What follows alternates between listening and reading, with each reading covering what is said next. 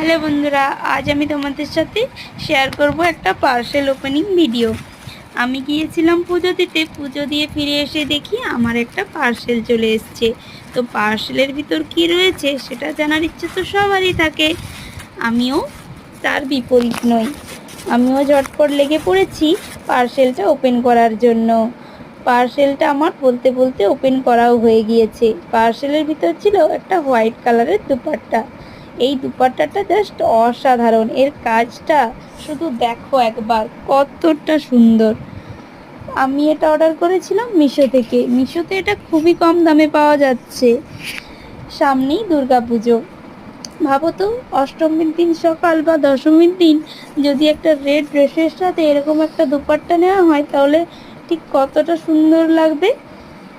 তো আমি নিয়ে ফেলেছি, তোমরাও নিয়ে ফেলো দেরি না করে। পুজোকে কিন্তু আর বেশি দিন দেরি নেই, আমি লিংক দিয়ে দেব। তোমাদের দুপাট্টাটা কেমন লাগলো অবশ্যই কমেন্টে জানিও। আজকের মতো টাটা।